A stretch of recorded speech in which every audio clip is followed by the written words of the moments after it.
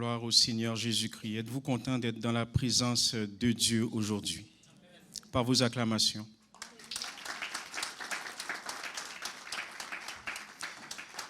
Donc, en ce jour de Pâques, je vous adresse mes sincères salutations les plus chaleureuses et sincèrement, je me réjouis profondément de célébrer avec vous, mais pas n'importe quelle célébration. Amen.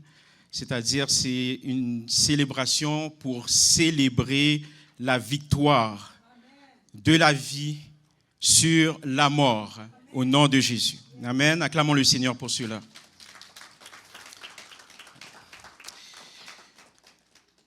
Vous savez, nous vivons dans une époque très avancée sur le plan du savoir. N'est-ce pas? Sur le plan du savoir, nous sommes à une époque extrêmement avancée, mais en même temps profondément sceptique. C'est une époque qui veut tout mesurer, tout prouver et également tout vérifier. C'est une époque, en d'autres mots, qui a besoin de preuves. Oui, on veut des preuves. On questionne, on prend le temps d'analyser les faits. Et certaines fois, malgré qu'on questionne, malgré qu'on analyse, on va douter. Mais derrière ce besoin de preuves, il y a une réalité importante. L'être humain, en réalité, ne cherche pas uniquement une certitude sur le plan du savoir. Ce n'est pas uniquement une certitude sur le plan du savoir, mais c'est une certitude qui peut soutenir sa vie. L'être humain, c'est ce qu'il recherche. Et c'est lorsque la souffrance frappe, lorsque l'injustice s'impose, lorsque la mort se présente, eh bien, il y a une question incontournable qui va surgir en nous, qui va surgir chez l'être humain. Y a-t-il une espérance qui résiste à tout cela? Et le fait que Jésus-Christ est revenu à la vie, ce n'est pas uniquement une croyance religieuse. Ce n'est pas comme ça qu'il faut le voir. En fait, le fait que Jésus-Christ soit revenu à la vie est une déclaration. C'est une déclaration audacieuse au cœur de l'histoire humaine. Mais encore, faut-il se poser encore cette question? La question demeure. Est-ce réel? Lorsque Jésus, on entend que Jésus est revenu à la vie. Est-ce réel? Est-ce que c'est crédible aussi? Et surtout, qu'est-ce que ça change pour moi aujourd'hui? Le fait que Jésus-Christ soit revenu à la vie, qu'est-ce que ça change littéralement pour moi aujourd'hui? Eh bien, ouvrons la parole de Dieu pour la lecture du jour dans 1 Corinthiens, chapitre 15, les versets 3 à 8. 1 Corinthiens, chapitre 15, les versets 3 à 8. Je vous ai enseigné avant tout, comme je l'avais aussi reçu, que Christ est mort pour nos péchés selon les Écritures, qu'il a été enseveli et qu'il est ressuscité le troisième jour, selon les Écritures, et qu'il est apparu à Céphas, puis aux 12. Ensuite, il est apparu à plus de 500 frères à la fois, dont la plupart sont encore vivants et dont quelques-uns sont morts. Ensuite, il est apparu à Jacques, puis à tous les apôtres. Après eux, il m'est aussi apparu à moi comme à l'avorton. Mon message s'intitule « Au-delà du tombeau ». Au-delà du tombeau. Maintenant, dans ce texte, c'est Paul qui écrit. Paul, il est inspiré de l'Esprit de Dieu. Mais il écrit honnêtement. Paul transmet ce qu'il a lui-même reçu. Jésus-Christ est mort pour nos péchés. Péché signifiant rater la cible, rater les standards de Dieu. Dieu a des standards. Nous avions raté la cible en tant qu'être humain, l'humanité. Donc, l'apôtre Paul transmet ce qu'il a reçu. Jésus-Christ est mort pour nos péchés. Il a été enterré. Il est revenu à la vie. Et il est apparu. Je vais le répéter. Paul transmet ce qu'il a reçu. Jésus-Christ est mort pour nos péchés. Il a été enterré. Il est revenu à la vie et il est apparu. Maintenant, Paul écrit dans un contexte où le retour à la vie était rejeté par la culture dominante. Parce que pour les Grecs, l'idée d'un corps qui revient à la vie, voire même aussi dans la société romaine, mais plus particulièrement pour les Grecs, parce qu'à cette époque-là, la société au 1er siècle était influencée par la culture grecque. Donc pour les Grecs, l'idée d'un corps qui revient à la vie était absurde. Pour eux, ce qui était important, c'était la raison, la recherche de la sagesse. Philosophie, philo qui veut dire aimer, sophie qui veut dire sagesse, connaissance. Donc, ils glorifiaient la sagesse, la connaissance. Donc, pour cette culture, c'était la recherche de la connaissance, la recherche de la sagesse. Toujours est-il que pour cette culture aussi, c'était la rhétorique, l'art de bien s'exprimer, l'art de bien parler.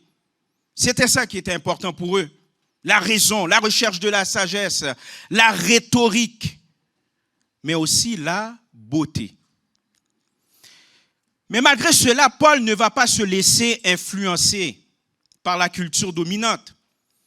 Parce que Paul ici ne propose pas une nouvelle philosophie. Paul présente un fait. Un fait. Maintenant, lorsque Paul présente un fait, c'est un fait, ce n'est pas une nouvelle philosophie. Lorsque Paul présente un fait, il construit son argument comme un historien. Une chaîne de témoins identifiable, vérifiable. Est-ce que vous êtes là? Une chaîne de témoins identifiable et aussi vérifiable. Mais j'admets qu'il y a une tension lorsqu'on lit le texte. Parce que le texte est clair, mais la tension aussi est claire. Si Christ n'est pas revenu à la vie, eh bien, la foi en lui, la foi chrétienne, est vide. Si Christ n'est pas revenu à la vie, la foi chrétienne est vide. Cependant, si il est revenu à la vie, alors tout change. C'est un retour à la vie qui est attesté Donc la foi n'est pas irrationnelle. Parce qu'on entend dire, oh, votre foi, lorsque vous croyez au Seigneur Jésus-Christ, c'est irrationnel. Non. La foi en Jésus-Christ n'est pas irrationnelle puisque le retour à la vie est attesté. Paul énumère, comme je vous l'ai dit tantôt, des témoins. Pierre, les 12. En plus de ça, plus de 500 personnes. 500 personnes, pas 3 personnes, pas 10, pas 100, 500 personnes. Ensuite, Jacques, puis lui-même. Ce ne sont pas des expériences qui proviennent de l'imagination. Ce sont des rencontres visibles. Dites visibles. Ce sont des rencontres visibles. Ce sont des rencontres multiples. Ce sont des rencontres cohérentes. Qu'est-ce que cela veut dire? Ce sont des témoignages. Ce sont des témoignages. Vous savez, dans l'histoire moderne, même des événements majeurs reposent sur des témoignages humains. Parce que nous croyons à des faits historiques que nous n'avons jamais vus. Qui ici a déjà vu Napoléon Bonaparte? Alexandre le Grand. Donc nous croyons à des faits historiques que nous n'avons jamais vus parce que les sources sont fiables. Les sources sont convergentes. Je vais prendre l'exemple d'un grand homme dans l'histoire, Sundiata Keita. Je vais prendre cet exemple. Sundiata Keita montre clairement que nous acceptons ici des réalités historiques sans les avoir vues. Est-ce que vous me suivez? Dès lors que les sources sont jugées fiables, que les sources sont jugées convergentes. Même si, écoutez ça très bien mes chers amis, même si son histoire a surtout été transmise oralement, notamment par les griots. Qu'est-ce que cela signifie? Bien, ce sont des conteurs, des historiens traditionnels de l'Afrique de l'Ouest qui ont raconté son histoire de génération en génération. Donc, malgré cela, son histoire reste cohérente. Et au fil du temps, eh bien, son histoire a été suffisamment confirmée par les historiens pour être jugée crédible. Et je vous rappelle que c'était oralement. Oralement. Il n'y a personne ici qui dit que ce personnage historique n'a pas existé. Est-ce que vous êtes là? Donc, c'est jugé par les historiens crédibles et confirmé. Ainsi, nous croyons à son existence, non parce que nous l'avons vu, mais parce que nous reconnaissons la fiabilité et la convergente des témoignages. Ce qui constitue le fondement de toute connaissance historique, ça prend des témoignages. Alors, je me pose cette question. Alors pourquoi appliquer un standard différent au retour à la vie de Jésus?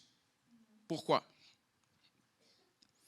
On entend parler de l'hypothèse d'une hallucination collective. On entend souvent parler de cette hypothèse. Oh, c'est une hallucination collective. Mais ça, c'est de la foutaise parce que scientifiquement, ça ne se tient pas. Une hallucination collective. Parce que les hallucinations sont individuelles. C'est prouvé scientifiquement. Elles ne sont pas synchronisées, les hallucinations. Donc, quand bien même que ce serait synchronisé. De toute façon, ça ne se tient pas sur le plan scientifique. Mais quand bien même que ce serait synchronisé, ce ne serait pas cohérent. Il y a aussi l'idée du mythe tardif aussi. Oh, c'est un mythe qui est arrivé plus tard. Encore une fois, ça ne se tient pas. C'est très faible. Puisque les témoignages concernant le retour à la vie de Jésus apparaissent très tôt sur le plan historique, alors que les témoins sont encore vivants. Les témoins sont encore vivants. Donc ces mêmes témoins pourraient confirmer ou contredire les faits. On entend aussi parler de l'hypothèse du mensonge délibéré. Ça, c'est très populaire jusqu'à nos jours. Le mensonge délibéré. Mais même ça, ce n'est pas cohérent. Parce que ces témoins étaient en position de savoir si le message était faux. Vous êtes là? Si le message était faux. Et pourtant, malgré cela, eh bien, ils ont persévéré jusqu'à la souffrance, sans jamais se rétracter. Donc, si les témoins de Jésus avaient menti, leurs affirmations auraient immédiatement suscité des contestations publiques par écrit pour les refuter, comme tout événement historique majeur. Écoutez, de la même manière, si quelqu'un aujourd'hui écrivait que Barack Obama était le premier ministre du Royaume-Uni, il y aurait rapidement, je vous le dis rapidement, une réaction massive et des sources pour corriger cette erreur. Donc, l'hypothèse du mensonge délibéré, oh, ils auraient menti, n'est pas crédible. Par ailleurs, l'idée que, ça c'est une hypothèse qui existe depuis le temps de Jésus. L'idée que les disciples auraient volé le corps, ce n'est pas crédible non plus. Parce que le tombeau, j'entends des dans la salle. Vous savez qu'est-ce que je veux dire? Le tombeau était gardé par des soldats expérimentés. Et on parle de l'Empire romain. Okay? Des soldats expérimentés. Et aussi, le tombeau était fermé par une grosse pierre. Donc on voit mal comment ils auraient pu la déplacer et neutraliser ces disciples, neutraliser les gardes sans être arrêtés. Premièrement, les disciples n'avaient ni le courage, ni le pouvoir, ni l'intérêt de risquer leur vie pour soutenir un mensonge. Par ailleurs, lorsque les gardes sont venus arrêter Jésus, les disciples ont fui. L'année dernière, j'ai prêché sur Pierre qui s'est repenti. Mais Pierre, oh non, je ne connais pas. Oh, tu n'étais pas avec cet homme. Non, wow, calme-toi là. Je ne le connais pas, c'est la peur. Donc c'est impossible. Ça ne tient pas la route qu'ils auraient volé le corps. Avec quoi? Avec quoi? Donc tout ça pour vous dire que la foi chrétienne n'est pas une fuite de la raison. Ce n'est pas une fuite de la raison comme les gens vont nous le dire. C'est une confiance. Dites confiance. C'est une confiance, j'ajouterai ce mot, éclairée. C'est une confiance éclairée dans un événement réel. Sincèrement, sachant cela, eh bien, ça change notre foi. Nous ne croyons pas malgré les faits. Nous croyons à cause d'eux aussi. Et cela va changer aussi notre assurance. Notre espérance, mes chers amis, ne repose pas sur un sentiment, mais sur une réalité. Sur une réalité. Donc, c'est un retour à la vie qui renverse l'improbable, c'est-à-dire la transformation des vies. Écoutez, toujours est-il que dans le texte, l'apôtre Paul va dire que Jésus-Christ, oui, il est apparu devant plusieurs personnes, mais il est apparu à Jacques, qui est le frère de Jésus, pas Jacques qui était disciple à l'époque lorsque Jésus faisait du ministère. On parle de Jacques, le frère de Jésus, qui était incrédule à cette époque. Lorsque Jésus faisait du ministère, son frère ne croyait pas en lui. Donc Jésus est apparu à son frère incrédule. Puis à Paul qui était persécuteur de l'Église. Donc ici, nous voyons deux profils opposés. Mais, malgré deux profils opposés, deux transformations radicales. Le retour à la vie de Jésus révèle une puissance qui dépasse l'humain. Je vais vous dire que rien dans la psychologie humaine normale n'explique qu'un opposant devienne un témoin prêt à souffrir pour ce qu'il combattait. Parce qu'en temps normal, quelqu'un ne change pas complètement d'avis au point d'accepter de souffrir pour une cause qu'il combattait. Sans aucune raison, à moins que ça soit vrai et convaincante. C'est tout. Donc, la transformation des disciples est un argument historique majeur. C'est un argument historique crédible. Écoutez, des hommes effrayés, en parlant des disciples, des hommes intimidés, des hommes effrayés deviennent courageux. Tout d'un coup.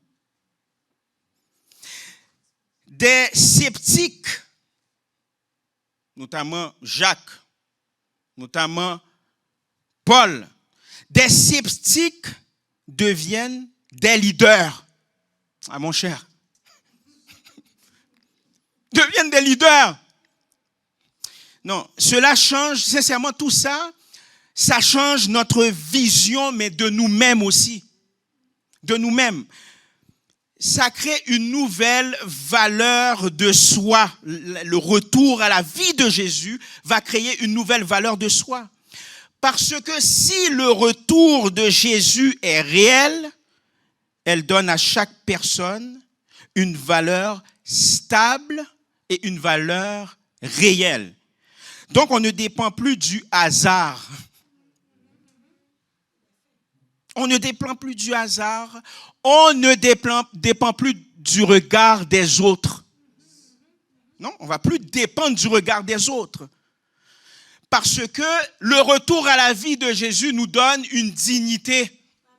Nous donne une dignité qui est propre. Une dignité qui est forte. Le retour à la vie de Jésus aussi nous donne une identité transformable. Voilà. C'est-à-dire que le retour à la vie de Jésus montre qu'un changement profond est possible. Oui, ça montre qu'un changement profond est possible. Si tu dis que tu crois au Seigneur Jésus-Christ, c'est inévitable, tu seras changé. Tu seras changé. Peu importe le passé, tu seras changé. Parce que son retour à la vie propose une vision ouverte, une vision de soi ouverte, où l'avenir peut aussi être différent. Maintenant, si Jésus aussi est réellement ressuscité, est réellement revenu à la vie, eh bien, la mort n'est plus une fin totale. La mort n'est plus une fin totale. Ça change notre manière de nous voir avec une perspective qui va au-delà de la vie actuelle. C'est ce que ça fait, le retour à la vie de Jésus. Ça change littéralement notre mentalité, notre façon de voir la mort, notre façon de voir la vie. Donc, nous n'allons plus vivre comme bon nous semble. Nous n'allons plus vivre comme s'il n'y avait plus d'espérance. Nous allons dire non, il y a quelque chose de plus. Donc, le retour à la vie de Jésus déclare le changement est possible. Le retour de Jésus d'entre les morts est un événement aussi victorieux. Victorieux. Qu'est-ce que cela veut dire? Dieu a le dernier mot. Maintenant, ici, Paul raconte comment sa vie a été bouleversée sur le chemin de Damas. Donc, celui qui persécutait l'Église change complètement après une rencontre qui transforme tout. Donc, le retour à la vie de Jésus devient alors moins un concept religieux qu'un symbole de victoire et de renouveau. Victoire sur le péché. Victoire sur la mort. Victoire sur le mal. Le message de Jésus dit que quelque chose a été brisé en nous et dans le monde. C'est ce que le message de Jésus dit. Qu'il y a quelque chose de brisé en nous et dans le monde. Même sans parler de spiritualité, on n'a pas besoin d'être croyant, d'être chrétien pour le constater. On voit bien que tout n'est pas comme ça devrait être. Que ça soit l'injustice, que ça soit l'égoïsme, la culpabilité, les relations brisées, on voit que ça n'a pas de sens. Ça ne devrait pas être comme ça. Les gens savent, chrétiens et non-croyants, que nous vivons dans un monde brisé. Vous n'avez qu'à regarder ce qui se passe de nos jours. Les guerres, etc., l'injustice, profilage racial, peu importe. Mais honnêtement, le problème n'est pas seulement les autres. C'est facile de pointer du doigt. Mais il est aussi en nous. Parce qu'on sait ce qui est bien en réalité. On sait ce qui est bien, mais on n'y arrive pas toujours. C'est compliqué certaines fois, on n'y arrive pas toujours. Donc Dieu, voyant cela, Dieu ne reste pas distant. Il vient nous rejoindre. Et l'idée centrale, c'est que Dieu n'est pas resté loin en regardant que le monde est brisé, etc., en nous laissant nous débrouiller entre nous. Non. Il est venu lui-même dans l'histoire humaine en la personne de Jésus-Christ. Pourquoi? Pourquoi il a fait cela? Eh bien, c'est pour prendre sur lui les conséquences, voilà. Pour prendre sur lui les conséquences du mal et offrir une nouvelle chance. Pas en demandant qu'on devienne parfait, hein, mais en ouvrant un chemin pour repartir à neuf. Sachant cela, maintenant, ça devient une relation, pas une performance. Ah, t'as raté de dire amen. Amen veut dire ainsi soit-il. Hein? Sachant cela, ça devient une relation. On développe une relation avec Dieu, mais ce n'est pas une performance, hein? Performance religieuse, montrer que je suis spirituel, etc. Non. Parce que ce message, le message de Jésus-Christ, ne demande pas d'abord de faire mieux. C'est un mensonge, ça, ok? On ne voit pas ça dans la Bible. On ne voit pas ça. Ce n'est pas un message qui demande d'abord, je parle de d'abord, dans un premier temps, de faire mieux. C'est un message qui demande de faire confiance.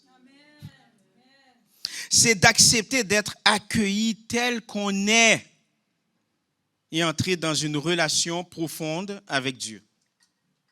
Et à partir de là, eh bien, le changement commence. Changement de mentalité, changement de vision de la vie. Et ce changement qui commence ne se fait pas par pression de la part de Dieu, mais c'est un changement intérieur qui se fait. Donc, en Jésus, tout est accompli. Tout est accompli. Il ne reste plus dans le tombeau. Le tombeau est vide. Donc, Jésus est sorti victorieux. Donc, si Jésus est sorti victorieux, cela change aussi notre espérance. La mort n'est plus une fin en soi. Lorsque je dis la mort, je parle de la mort physique et la mort spirituelle. Elle n'est plus une fin en soi. L'échec n'est plus définitif. Parce que si Jésus-Christ est revenu à la vie, c'est-à-dire qu'il a surpassé la mort. Donc, s'il a surpassé la mort, c'est parce qu'il y a espoir. Il y a espérance. Donc, c'est-à-dire que dans tes défis, il y a de l'espoir. Oh, je le répète, dans tes défis, il y a de l'espoir. Parce que surnaturellement, tu vas surpasser tes défis.